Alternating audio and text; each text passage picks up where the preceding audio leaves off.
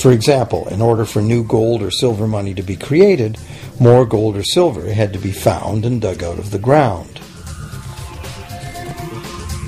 In the present, money is literally created as debt. New money is created whenever anyone takes a loan from the bank. As a result, the total amount of money that can be created has only one real limit: the total level of debt.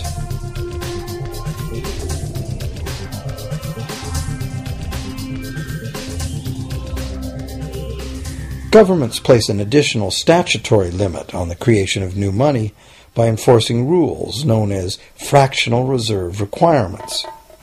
Essentially arbitrary, fractional reserve requirements vary from country to country and from time to time.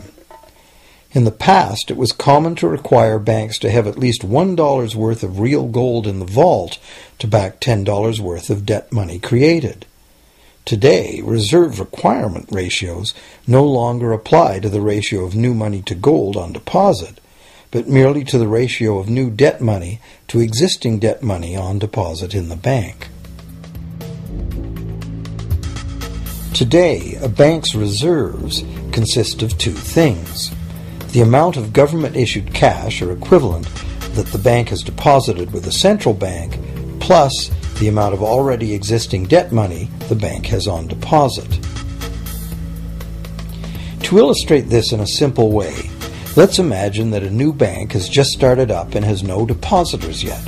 However, the bank's investors have made a reserve deposit of $1,111.12 of existing cash money at the central bank. The required reserve ratio is 9-to-1. Step 1. The doors open and the new bank welcomes its first loan customer. He needs $10,000 to buy a car.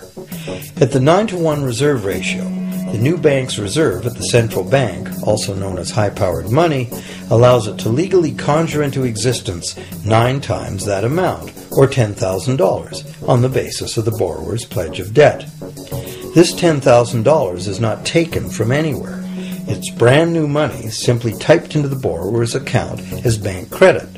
The borrower then writes a check on that bank credit to buy the used car.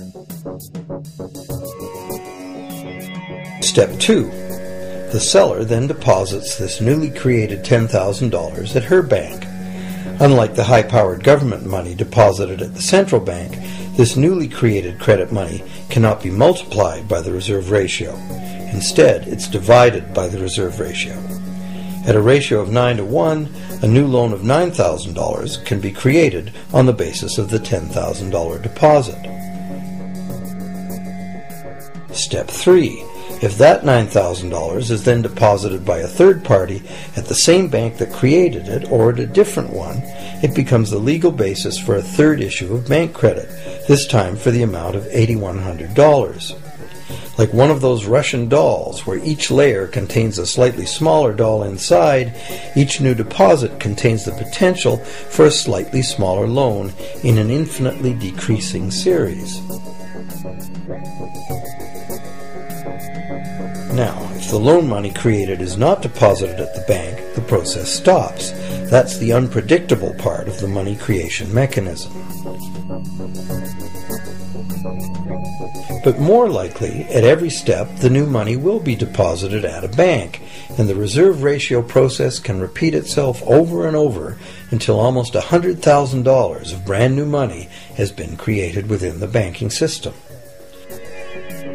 All of this new money has been created entirely from debt, and the whole process has been legally authorized by the initial reserve deposit of just $1,111.12, which is still sitting untouched at the central bank. What's more, under this ingenious system, the books of each bank in the chain must show that the bank has 10% more on deposit than it has out on loan. This gives banks a very real incentive to seek deposits in order to be able to make loans, supporting the general but misleading impression that loans come out of deposits. Now, unless all the successive loans are deposited at the same bank, it cannot be said that any one bank got to multiply its initial high-powered money reserve almost 90 times by issuing bank credit out of nothing. However, the banking system is a closed loop. Bank credit created at one bank becomes a deposit in another, and vice versa. In a theoretical world of perfectly equal exchanges, the ultimate effect would be exactly the same as if the whole process took place within one bank. That is, the bank's initial central bank reserve of a little over $1,100 allows it to ultimately collect interest on up to $100,000 the bank never had.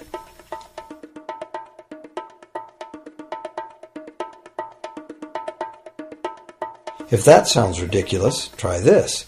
In recent decades, as a result of steady lobbying by the banks, the requirements to make a reserve deposit at the nation's central bank have all but disappeared in some countries, and actual reserve ratios can be much higher than 9-to-1.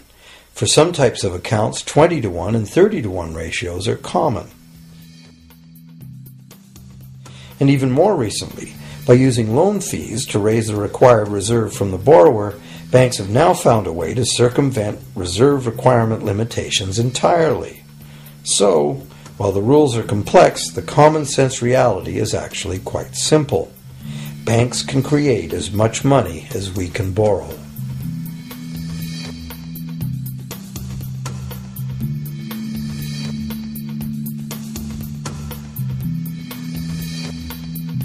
Despite the endlessly presented mint footage, government-created money typically accounts for less than 5% of the money in circulation. More than 95% of all money in existence today was created by someone signing a pledge of indebtedness to a bank. What's more, this bank credit money is being created and destroyed in huge amounts every day as new loans are made and old ones repaid.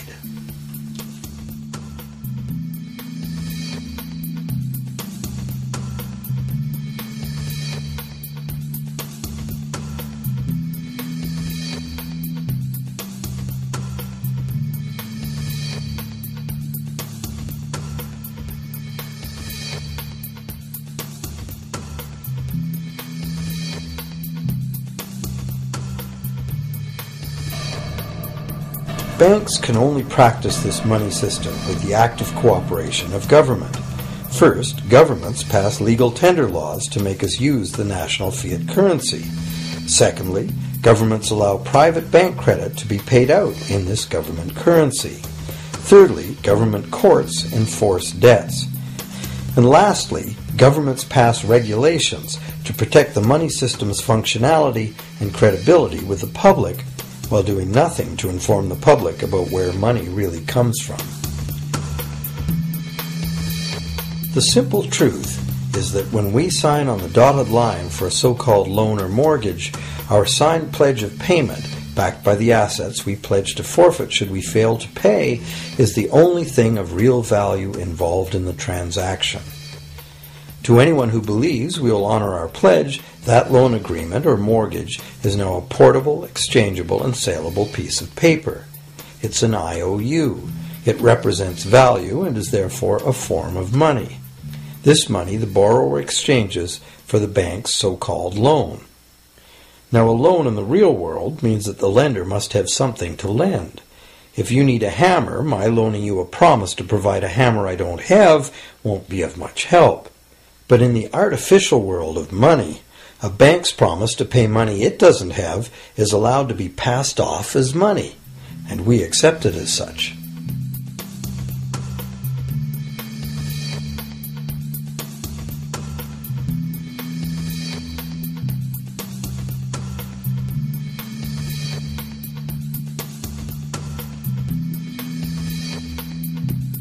Once the borrower signs the pledge of debt, the bank then balances the transaction by creating, with a few keystrokes on a computer, a matching debt of the bank to the borrower. From the borrower's point of view, this becomes loan money in his or her account, and because the government allows this debt of the bank to the borrower to be converted to government fiat currency, everyone has to accept it as money. Again, the basic truth is very simple. Without the document the borrower signed, the banker would have nothing to lend. Have you ever wondered how everyone, governments, corporations, small businesses, families, can all be in debt at the same time and for such astronomical amounts? Have you ever questioned how there can be that much money out there to lend? Now you know. There isn't. Banks do not lend money. They simply create it from debt. And as debt is potentially unlimited, so is the supply of money. And as it turns out, the opposite situation is also true. Isn't it astounding that despite the incredible wealth of resources, innovation, and productivity that surrounds us, almost all of us, from governments to companies to individuals, are heavily in debt to bankers? If only people would stop and think, how can that be? How can it be that the people who actually produce all the real wealth in the world are in debt to those who merely lend out the money that represents the wealth? Even more amazing is that once we realize that money really is debt, we realize that if there was no debt, there'd be no money.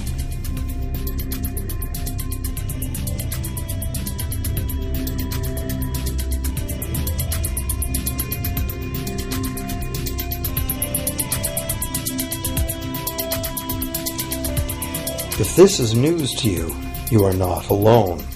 Most people imagine that if all debts were paid off, the state of the economy would improve. It's certainly true on an individual level.